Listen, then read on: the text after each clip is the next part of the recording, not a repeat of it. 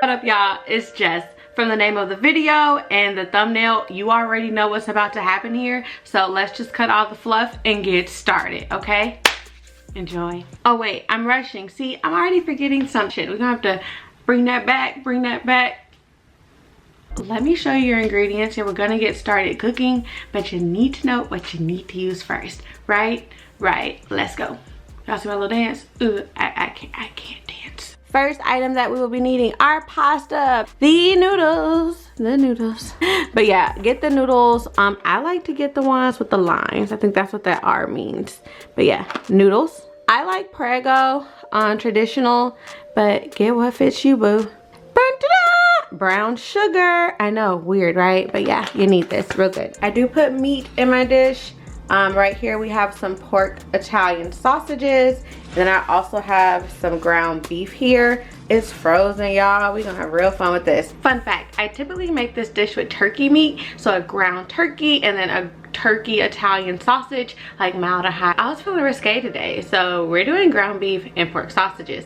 Keep in mind, you can go for the turkey to dial it down a little bit on the calories and the fat content, or you can make it vegetarian and add in like some green bell pepper and more onions. I don't put any onions in here, but you can, like veggies, mushrooms. Make the dish your own. Getting into our seasonings, we have some thyme, little herb, black pepper, my homie, y'all know I love some Lawry's, and look, I got a new container. It's not greasy anymore. Garlic powder, a little bit of onion powder, basil leaves, sharp cheddar, a mild cheddar, mozzarella.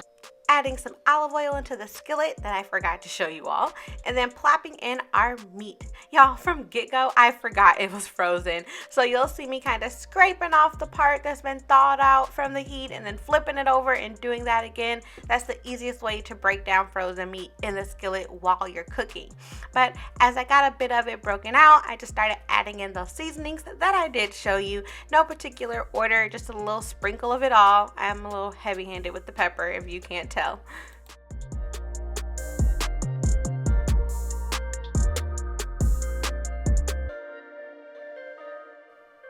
Once I got the meat a little more broken down, I added in that brown sugar. You want to add the brown sugar in while your meat is still cooking so that sweetness really gets like engulfed in the meat. You know, that flavor is really good. Trust me on this one.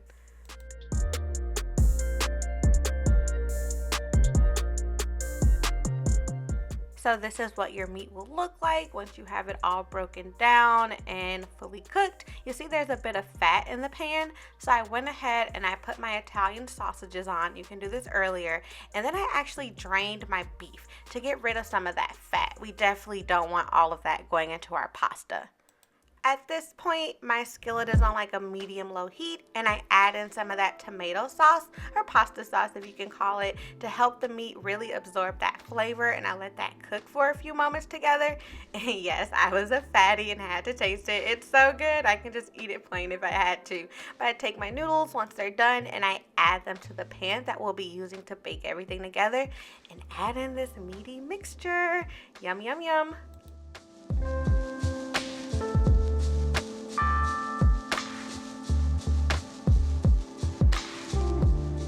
One thing an English professor taught me back in high school is to work smarter and not harder. So with this recipe, I kind of keep that in mind. And so this is still warm. This meat just got off the stove.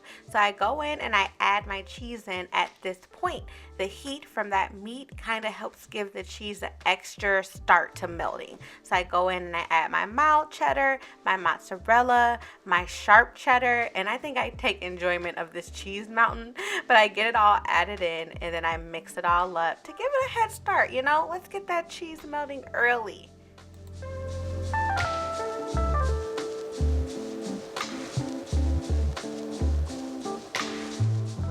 And we're not done yet. I hope you haven't forgotten about our Italian sausages.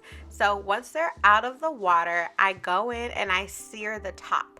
What we want to do is take off this casing. It's a much better chew once in the pasta, and also better flavor if you get rid of this casing, the skin, whatever you call it. So it's really hot. Be careful at this point. So I use a fork to kind of help me, and I'm pulling back this casing. We don't want that.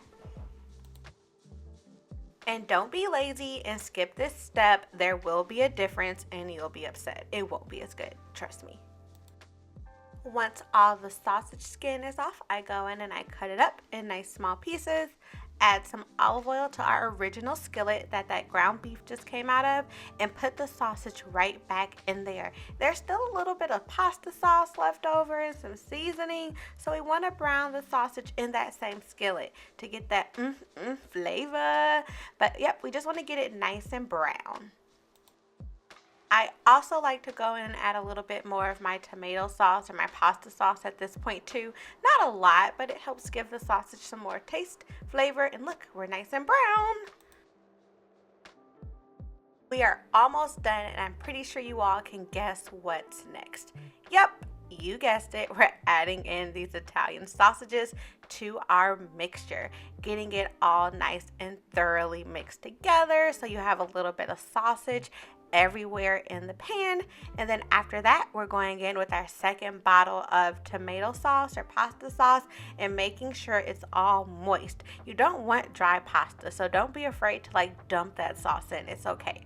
I like to pour all around it and then kind of in the sides and the crevices, get it all nice and good.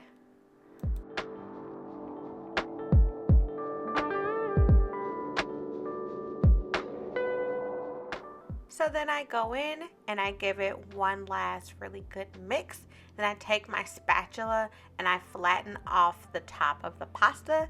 And then we're just going in. I left a little crevice of each bag of the cheese, and I'm just putting that over the top of the pan. That way we can have a really nice mixed melt.